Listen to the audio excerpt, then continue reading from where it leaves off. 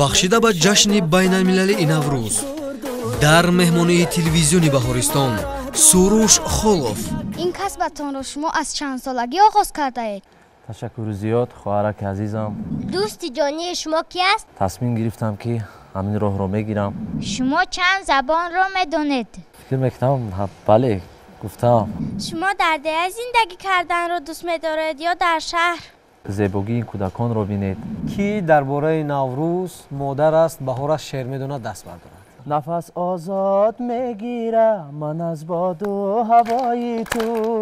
падар ё модаратон ягон бор задааст? ҷанг кардагӣ ҳастам.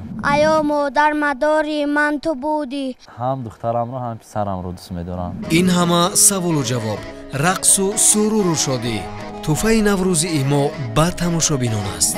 сабзаи лаб ташнаи саро манам.